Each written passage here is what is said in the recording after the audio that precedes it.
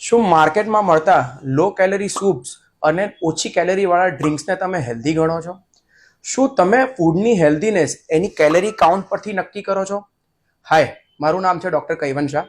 હું ગેસ્ટ્રોએન્ટરોલોજિસ્ટ તરીકે અમદાવાદના પાલડી વિસ્તારમાં સહજ ગેસ્ટ્રો અને જુહાપુરા વિસ્તારમાં પ્રિઝમ હોસ્પિટલમાં પ્રેક્ટિસ કરું છું. So let us talk about preventing the disease rather then curing the disease. Let us talk about ultra process food. Ultra process food શું છે? અલ્ટ્રા પ્રોસેસ ફૂડ એ આપણા રોજિંદા જીવનમાં મળતી એવી વસ્તુઓ છે જેને આપણે ડેલી કન્ઝ્યુમ કરીએ છીએ. અમુક પ્રકારના ફૂડ્સ છે જેની અંદર સ્ટેબિલાઇઝર્સ, ઇમલ્સિફાયર્સ, ડેક્સ્ટ્રીન્સ, આર્ટિફિશિયલ સ્વીટનર્સ નાખવામાં આવે છે, જેથી કરીને આજે બનાવેલી વસ્તુને આપણે અઠવાડિયે 10 દિવસ પછી પણ ખાઈ શકીએ.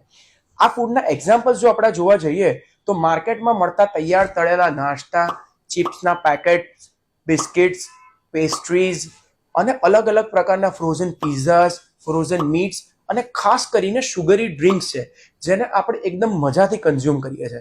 આ બધી વસ્તુઓ આપણે લાંબા ટાઈમ માટે ખાઈ તો શકીએ છીએ, પણ ખરેખર શું એ આપણા સ્વાસ્થ્ય માટે સારી છે?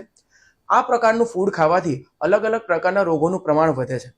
Irritable bowel syndrome, inflammatory bowel disease, એ સિવાય ફેટી લિવર ડિઝીઝ, ઓબેસિટી એનું પ્રમાણ વધે છે, હાર્ટ એટેકનું રિસ્ક વધે છે. અને શું તમે ડિપ્રેશનનો શિકાર છો? શું તમને ઊંઘ બરાબર નથી આવતી? Please try to identify ultra process food from your diet અને try to eliminate it. Thank you.